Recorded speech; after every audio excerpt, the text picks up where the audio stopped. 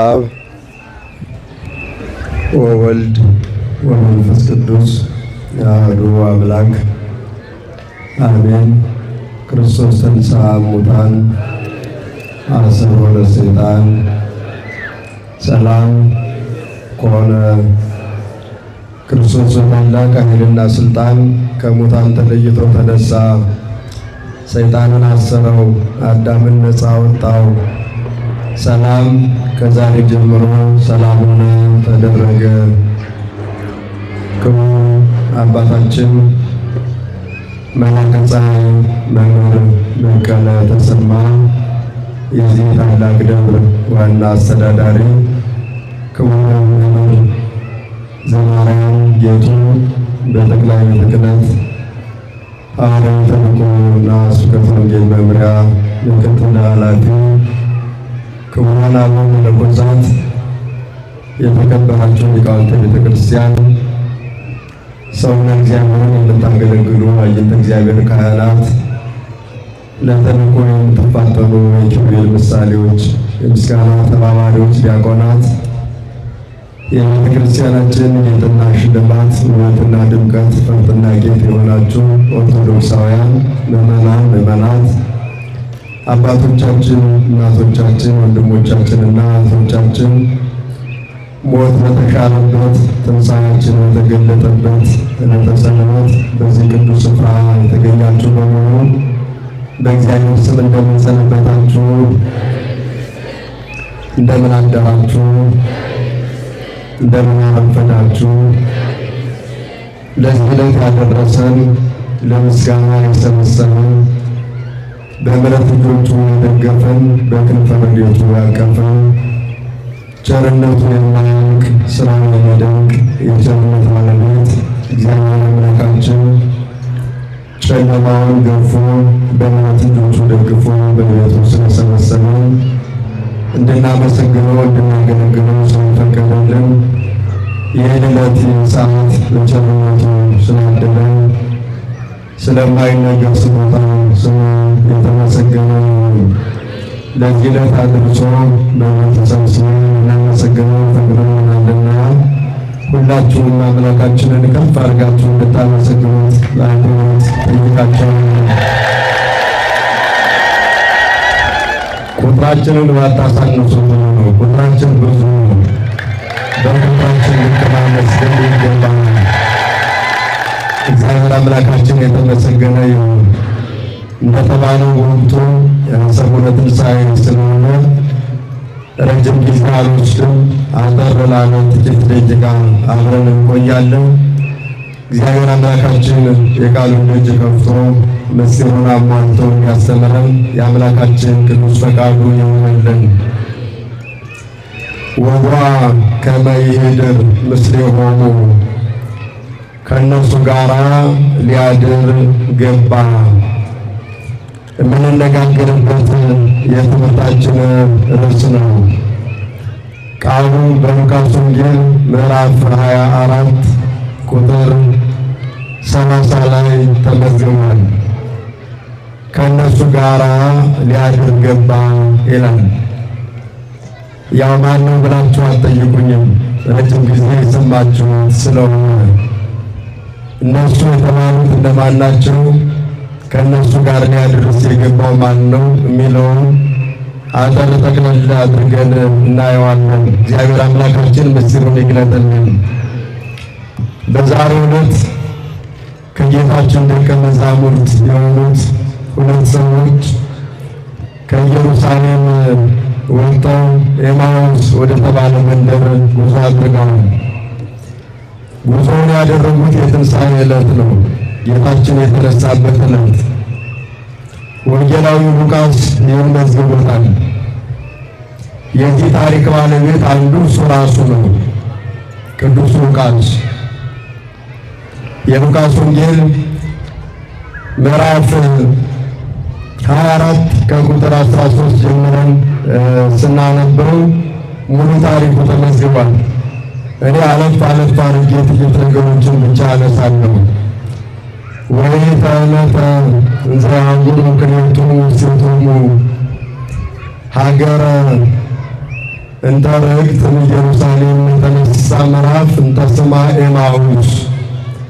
ከነሱም ሁለቱ ከኢየሩሳሌም 60 ምዕራፍ ያህል የምትርቅ ኤማሁስ ወደ ተባለችው መንደር ጉዞ አደረጉ ነው የሚለን።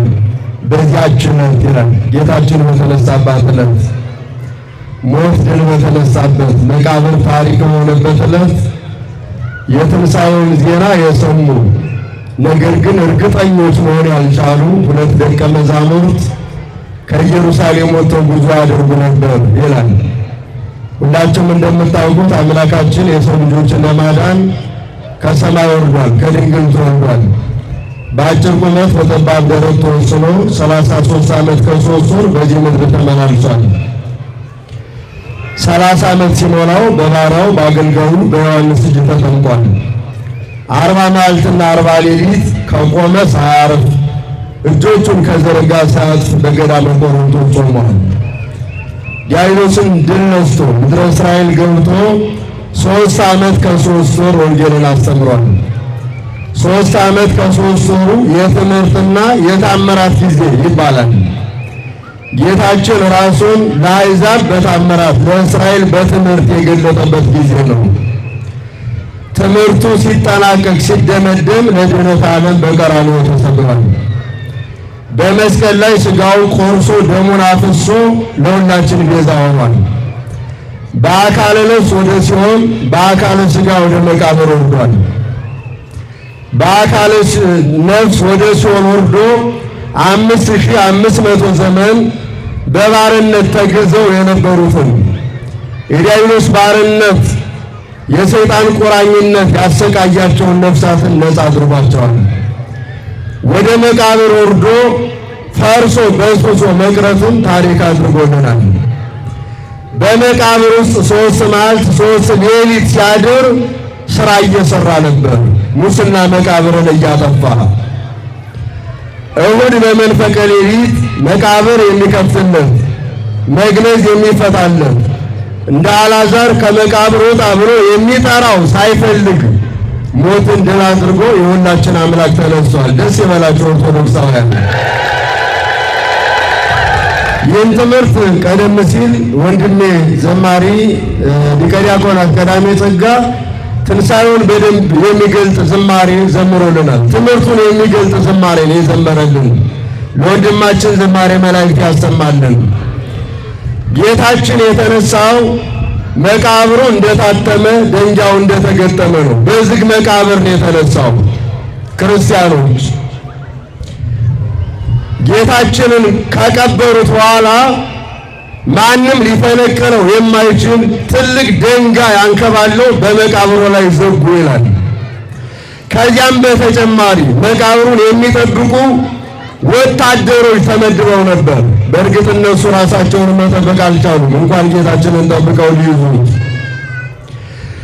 እነሆ ጌታችን መቃብሩ እንደተገጠመ ድንጋዩ እንደታተመ የተገጠመው የታተመው መቃብር ሳይመልሰው ሞትን ድል አድርጎ ተነስቷል። ከሰማይ ሲወርድ ሰማይ አልተቀደደም። ከእመቤታችን ከድንግል ማርያም ሲወለድ ማኅተመ ድንግልናዋን አልለወጠውም። ሲነሳ በተዘጋ መቃብር ነው የተነሳው። በተዘጋ ዝግ መቃብር እንደተነሳ በዝግ ቤት ገብቶ ለደቀ መዛሙርቱ ሰላም ለእናንተ ይሁን ሲል ሰላምንና የምሥራችን ሰብኳል። እነሆ ይህ የትንሣኤው ዜና ትንሣኤውን ባዩ የትንሣኤውን የምሥራች በሰሙ ደቀ መዛሙርትና በሴቶች አንደበት ሲመሰከር ከሰማይ በወረዱ ቅዱሳን መላእክት ሲነገር በነበረበት ጊዜ ሌላ አሉታዊ ወሬ በኢየሩሳሌም ከተማና በአካባቢው ይናፈስ ነበር። ደቀ መዛሙርቱ ሌሊት መጥተው ሰረቁት የሚል የሐሰት ወሬ ከፈሪሳውያን የመነጨ ከአይሁድ ልቡና የፈለቀ ሐሰት የሆነ ወሬ ይነገር ነበር። በአንድ ጎን እውነት በአንድ ጎን ሐሰት ሲነገር እነዚህ ደቀ መዛሙርት ዜና ሰምተዋል።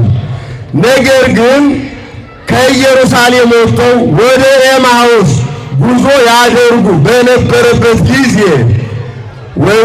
ወንዘ እሙንቱ ይትናገርዎ ወይታሰስዎ እነዚህ ደቀ መዛሙርት የጌታችንን የሞቱንና የትንሣኤውን ነገር ይነጋገሩ ነበር ነው የሚለን። ፊታቸው ላይ የሐዘን ጥላ የሐዘን ድባብ አጥልቶበታል። ልቡናቸው አዝኗል። መከራ ሞቱን አይተዋል። ዜና ትንሣኤውን ሰምተዋል። ነገር ግን ዓይናቸው አላየም። አንድ ሰው የሰማውን መልካም ነገር በዓይኑ እስኪያየው በእጁ እስኪዳስሰው ድረስ ይጓጓል። ልቡናቸው እየጓጓ ያን ነገር እየተመራመሩ እየተነጋገሩ ሲሄዱ የክብር ባለቤት የትንሣኤው ጌታ ከነሱ ጋር አብሮ መሄድ ጀመረ ይላል። ክብርና ምስጋና ለስሙ ይሁን። በእውነት ወንዘ ዘንተ ይትናገሩ ወይታሰስዎ ቀርቦሙ እግዚእ ኢየሱስ ወሖረ ምስሌሆሙ ይላል።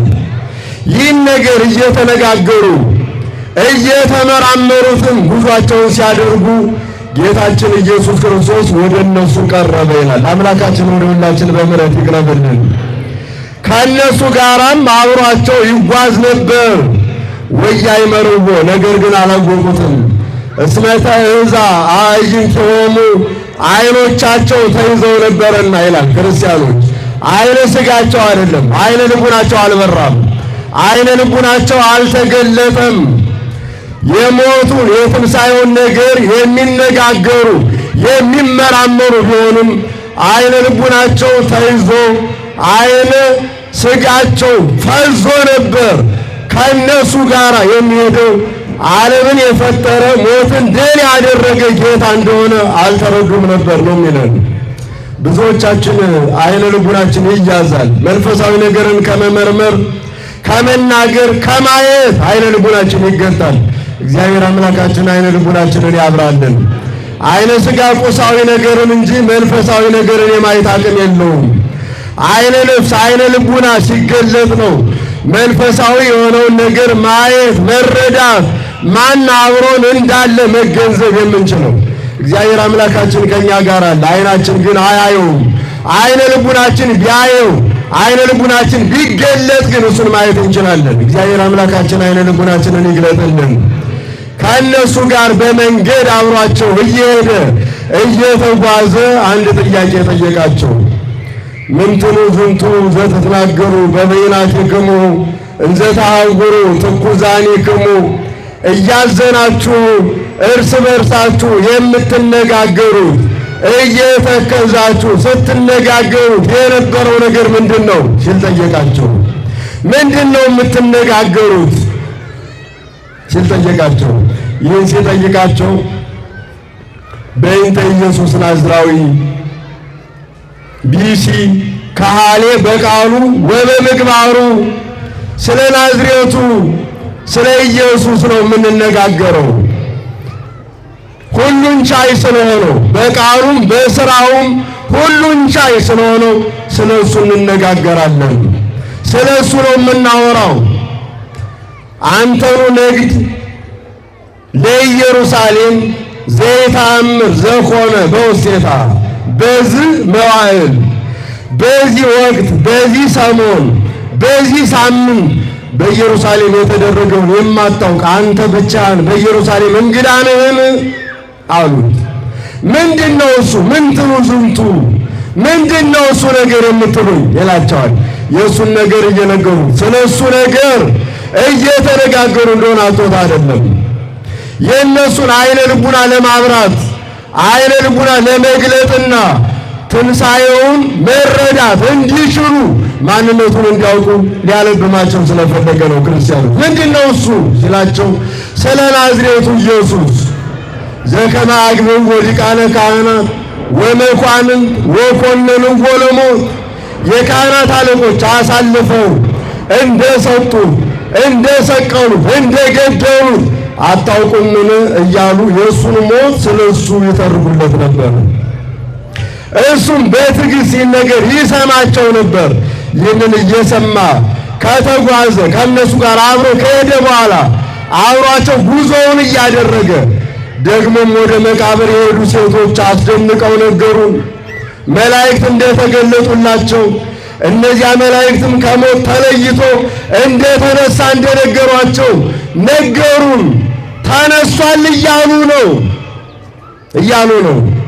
ወለቱ ሰው ረከብዎ ነገር ግን እሱን አላገኙትም እያሉ ትንሣኤውን ከመላእክት ሰምተው እንደነገሯቸው እሱን እንዳላገኙት ይተርኩለት ነበር። ይህንን ሁሉ ከተረኩለት በኋላ ወአንትሙ ጉንዱያነ ልብ ለአሚን እናንተ ሰነፎች ልባችሁ ከማመን የዘገየ መጻሕፍት የተናገሩትን አታስተውሉምን? እነ ሙሴ እነ ዳዊት የተናገሩትን አትገነዘቡምን? ሞተ ብላችሁ እንደምትናገሩ ተነሳ ብላችሁ ከመመስከር ልቡናችሁን የገደበው ነገር ምንድን ነው? እናንተ ሰነፎች ልቡናችሁ ከማመን የዘገየ ይላቸው ነበር። በዚህ ሁኔታ እንዲህ እየተነጋገሩ እያለ ወደሚያድሩበት ቤት ቀረቡ ይላል። ክርስቲያኖች ወደሚገቡበት ቤት ወደዚያ ወደ ቤታቸው ለመግባት እጥፍ ሲሉ ወአዘ የተራቆሙ እሱ ከእነሱ ይለይ ጀመር፣ ይርቃቸው ጀመር ነው የሚለን። በእርግጥ ወዴት ይሄዳል? እነሱን ፍለጋ እኮ ነው የሄደው። ወደ ጠፋው ወደ ተፈታው መንደራቸው እያመሩ ያሉትን ለመመለስ እነሱን ተከትሎ የሄደ ነው። እኛም አናውቀውም እንጂ ሁልጊዜ በጠፋንበት መንገድ የሚከተለን፣ ከጠፋንበት የሚመልሰን፣ ከርኩሰት የሚቀድሰን፣ ከውድቀት የሚያነሳን፣ ከጥላቻ ወደ ፍቅር፣ ከመለያየት ወደ አንድነት የሚያቀርበን፣ በቤቱ የሚሰበስበን የክብር ባለቤት አምላካችን ነው። እስቲ ምስጋና አቅርቡለት ለዚህ ገናና አምላክ። ከእነሱ የሚርቅ መሰለ ነው። እነሱን ፍለጋ ነው ሄደ። ወዴት ይርቃል? ከእነሱ ገለል ሲል እነሱ አንድ ትልቅ ነገር ከአንደበታቸው ወጣ። እንዲህ አሉ፣ ህድር ምስሌነ እስመ መሲሖ ተቆልቆለ ፀሐይ። ጊዜው መሽቷል፣ ሰዓቱ ጨልሟል፣ ፀሐይም ልትጠልቅ ቀርባለችና ከኛ ጋር እደር አሉት ይላል። ክርስቲያኖች ከማን ጋር እደር? ያላወቁትን ያልተረዱትን አምላክ በእንግዳ አምሳል ከዚህ አልፈ ስትሄድ ቀኑ ሲመሽ ወንበዴ ያገኛል፣ ቀማኛ፣ ሌላም ነገር አደጋ ያደርስባል፣ ከኛ ጋር እደር ብለው አስገደዱት ይላል። ዋገበርዎ እንዲያው ለስሙ ገባበል አይደለም ያሉት፣ አስገደዱት ይላል። ከኛ ጋር እደር ብለው ግድ አሉት ነው የሚለው።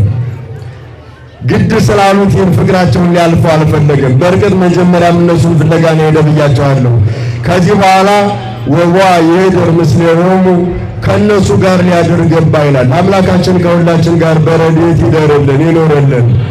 ከእነሱ ጋር ሊያድር ገባ፣ አብሯቸው ተከትሏቸው ወደሚገቡበት ቤት ገባ። ወነበረ ምስሌሆሙ ከእነሱ ጋር ተቀመጠ። ወንዘ ይረፍቅ ነሣ ህብስተ ባረከ ወፈተተ ወውሃቦሙ ከእነሱ ጋር በአንድነት በማዕድ ተቀመጠ። ማዕዱን ባረከው፣ እንጀራውን ቆረሰው፣ ቆርሶ ሰጣቸው። ተቀብለውም በሉ። ያን ጊዜ ዓይናቸው ተገለጠ ይላል። ተይዞ ተገቶ የነበረው ዓይናቸው ተገለጠ ይላል። የሁላችንን ዓይነ ልቡናችንን ይግለጥልን። ተገለጠ ብቻ አይደለም የሚለው ዋይ መርዎ ማን እንደሆነ አወቁት። እንደሞተ ተነሳ የሚል ዜና እንደተነገረለት ሲነጋገሩበት የነበረው እንደተነሳ እርግጠኞች ሆኑ። አምላካቸው ፈጣሪያቸው መነሳቱን አረጋገጡ። እሱ እንደሆነም አወቁት ይላል። ከዚህ በኋላ እዚያ ቤት ማደር አልፈለጉም። እሱም ማንነቱን ከገለጠላቸው በኋላ ወጠፋ እምኔሆሙ ከነሱ ተሰወረ ነው የሚለው። ወዴት እንደሄደ አላወቁም፣ ከፊታቸው ተሰወረ። እነሱም እዚያ ቤት ማደር አልፈለጉም። ወዲያውኑ ወደ ኢየሩሳሌም ተመለሱ ይላል። የሁላችንን ልቡና ወደ ኢየሩሳሌም ይመልስልን። ክርስቲያኖች ቃሉ ይሄ ነው ባጭሩ። የዕለቱ ወንጌል በቤተ ክርስቲያናችን የተነበበው የዕለቱ ወንጌል ይሄ ነው። ቅድመ ቅዳሴ ቀደም ብላችሁ የመጣችሁ ያስቀደሳችሁ ሰምታችሁታል። ከቅዳሴው አጋማሽ በኋላ እግዚኦታ ላይ የደረሳችሁ ደግሞ አሁን እንድትሰሙት ነው ባጭሩ ያነበብኩት። ስለዚህ ይህ ሰሞን ጌታችን ትንሣኤውን የገለጠበት ያረጋገጠበት ነው። ዓይነ ልቡናችን ሊገለጥ ይገባል። ትንሣኤው ወደሚነገርበት፣ ትንሣኤው ወደሚመሰከርበት ወደ ቅድስት ቤተ ክርስቲያን መገስገስ ከሁላችን የሚጠበቅ ጉዳይ ነው። ከኢየሩሳሌም በራቅን መጠን አምላካችን እኛን ለመመለስ ጊዜ እንደሚከተለን ከነዚህ ሰዎች እንረዳለን። በዕለተ ትንሣኤው ተስፋ መቁረጥ በሞላበት ሐዘን በከበበው ሐዘን ጥላውን በጣለበት ፊታቸውን ጥለው ጉዞ ሲያደርጉ ነበር። ነገር ግን እርሱ ተከትሎ ከጠፉበት መልሶ ማንነቱን ገልጦ ሞትን ድል እንዳደረገ ትንሣኤውን አረጋግጦ የጠፉትን መልሷቸዋል። ክርስቲያኖች ጫካ ወደ ተፈታው መንደራቸው የተጓዙትን ወደ ኢየሩሳሌም የመለሰበት ነው። ከነሱ ጋር ሊያድር ገባ፣ እነሱን ለመመለስ ነው። ዕለት ዕለት ወደኛ ሕይወት አናየውም እንጂ ይገባል፣ አንመለከተውም እንጂ አብሮን ይጓዛል አምላካችን። እነሱ በጉዟቸው የሆነውን ሁሉ ይነጋገሩ ነበር ነው የሚለን። የሆነውን ነው የሚለን። የደረሰበትን መከራ የተቀበለውን መከራ መስቀል ያንን ይነጋገሩ ነበር ነው የሚለን። የሆነውን ነው የሚለን። እኛ ብዙ ጊዜ ያልሆነውን ነው የምናወራው። ሚዲያው የሚያወራው ማህበራዊ ሚዲያው የሚያናፍሰው የሆነውን እውነቱን አይደለም፣ ከእውነት የራቀውን ሐሰቱን ሊያድን ሳይሆን ሊገድል ሊመልስ ሳይሆን ሊያጠፋ ሊቀድስ ሳይሆን ሊያረክስ የሚችለው ያልሆነውን ያወራል ዓለም። የሆነውን ነገር ስናወራ እውነት የሆነውን ነገር ስንነጋገር የእውነት አምላክ በረድኤት በመካከላችን ይኖራል። ያልሆነውን ሐሜቱን፣ ሐሰቱን፣ ማታለሉን የማይጠቅመውን ነገር በአንደበታችን መነጋገር እግዚአብሔር በረድኤት ከኛ ጋር እንዳይኖር አብሮን እንዳይጓዝ ያደርገዋል። ክርስቲያኖች ስንሄድ ምንድነው የምናወራው? ምንድነው የምንነጋገረው? ምንድነው በልቡናችን የሚመላለሰው? ምንድነው ሐሜት ወይስ መልካም ነገር? ክርስቲያኖች መልካሙን ነገር እንነጋገር። መልካሙን ነገር ስንነጋገር ማን አብሮን ይኖራል? ማን አብሮን ይጓዛል? ሐሰቱን መጥፎውን ስናወራስ ማን አብሮን ይሄዳል? እና ያኛው ይሄድ አብሮ ወይስ ጌታችን አብሮ ነው? ምረጡ። ምርጫ እናንተ ነው። ማን አብሮ ነው? ጌታችን ከኛ ጋር እንዲጓዝ ከኛ ጋር እንዲኖር ከኛ ጋር እንዲያድር እንዲመልሰን እንዲቀድሰን አይነ ልቡናችንን እንዲገልጠው የሆነውን ነገር እናወራ፣ እውነቱን እናወራ። ከሐሰት አንደበታችንን እንለየው። አንደበታችን ከሐሜት ይለይ። ነገር እግዚአብሔር ከአንደበታችን አይለይ። ክርስቲያኖች ነገር እግዚአብሔርን የምናወራ የምንነጋገረው ከሆነ አምላካችን ባንረዳው እንኳ ባይገባን እንኳ የሱን ነገር የምንነጋገር ከሆነ የጠመመው ሊያቀራው የጎደለው ሊሞላው ሊያስተካክለው አምላካችን ከኛ ጋር ይሆናል። አምላካችን በረድኤት ከኛ ጋር ይሆን። እነሱን የጠፉትን እስከ ጠፉበት ድረስ ተከትሎ መለሳቸው ነው የሚለው። እኛንም እኮ ከጠፋንበት ነው የመለሰን፣ ከቤታችን ነው የቀሰቀሰን። በረድኤት ዕለት ዕለት ይገለጣል አምላካችን። ግን እኛ እናስተውሉም። አይናችን ተይዟል በልዩ ልዩ ነገር። አይናችን ቁሳዊ ነገርን በመያዝ ተይዟል። አይነ ልቡናችን በዘረኝነት፣ በጥላቻ፣ በክፋት፣ በበቀል፣ በመለያየት ተይዟል፣ ደንዝዟል። አምላካችን ግን ከኛ ጋር አለ። ከዚያ ሊመልሰን ስለሚፈልግ ሊያወጣን ስለሚፈልግ፣ ስለዚህ ከክፉ ነገር ሁሉ እንዲያወጣን እንዲመልሰን የአምላካችን ቅዱስ ፈቃዱ ይሁንልን። ከኢየሩሳሌም አትራቁ። የሰንበት ሰው ሁኑ። ክርስቲያኖች የሰንበት ሰው ከቤተ ክርስቲያን አይለይም። ነገረ እግዚአብሔርን ከመስማት ነገረ ትንሣኤውን ከመረዳት የራቀ የሰንበት ሰው አይደለም። የሰንበት ሰው ለኢየሩሳሌም ለቅድስት ቤተ ክርስቲያን የቀረበ ነው። አይኖቹ የተገለጡለት ነው። ጌታውን ያወቀ የተረዳ የተገነዘበ ነው። ጌታውን ለመፈለግ ወደ ቅድስት ቤተ ክርስቲያን ይገሰግሳል። ገስግሳችኋል ታምራላችሁ። የሚያምርብን እንዲህ ስንሆን ነው ክርስቲያኖች። ከዚህ ውጭ ስንሆን አያምርም። ዓለሙ አያምርም፣ ምስቅልቅል ያለ ነው። ታውቆታላችሁ። እያንዳንዱን ነገር መዘርዘር አንችልም። የዓለሙ ጉስቁልና ከልክ ያለፈ ነው። የምንቀደሰው የምንባረከው አይናችን የሚገለጠው ከእሱ ጋር የምንሆነው ወደ ኢየሩሳሌም ስንመጣ ነው። ከኢየሩሳሌም ስንርቅ ክርስቲያኖች አምላካችን እኛን ለመመለስ ይከተለናል። ነገር ግን እዚህ ስንኖር ደግሞ የበለጠ አብሮን ይኖራል። ትንሣኤውን የምንረዳው ጥልቅ የሆነው ነገር እግዚአብሔር በልቡናችን የሚያድረው እዚህ ቤት ስንኖር ነው። ስለዚህ ንስሐ ገብተን ሥጋውን በልተን ትንሣኤውን እንድንመሰክር የዘላለም ሕይወትን እንድናገኝ እንድንወርስ እግዚአብሔር አምላካችን ይፍቀድልን። ሰዓቱ እየሄደ ጊዜው እየነጎደ ነው። ከዚህ በላይ ማለት አልችልም። ቀሪውን አባቶቻችን እኔ ያጎደልኩትን ሞልተው ያጠመንኩትን አቃንተው አባቶቻችን መልእክትን ትምህርትም ይኖራቸዋል። እኔ ይበቃኛል። ያስተማረን የአባቶቻችን አምላክ ነው። እግዚአብሔር ስሙ የተመሰገነ ይሁን። ደህና አርፍዱ፣ ሰላም ዋሉ። መልካም ቀን ይሁንልን። ከእነሱ ጋር ሊያደርግ ገባ። ስብሐት ለእግዚአብሔር ወለወላዲቱ ድንግል ወለመስቀሉ ክቡር። ይቆያል። እስኪ ብድግ ብላችሁ አንድ ጊዜ ቃል ያሰማልን በሉ። እናንተም እንደዛ ነው። መምህር አስተምሮ ሲጨርስ የህይወት ቃል ነው የሰማነውና አንድ ምግብ ቤት ሄደን ወይም ደግሞ በነፃ በልተን ስንወጣ ዝም ብለን የምንወጣ እግዚአብሔር ይስጥልን ነው የምንለው። ምንድን ነው የምንለው? እንግዲህ ለምድራዊ ከሆነ ለሰማያዊ ብድግ ብለን ቃለ ሕይወት ያሰማልን ብለን አጨብጭበን እግዚአብሔርን እናመስግነው።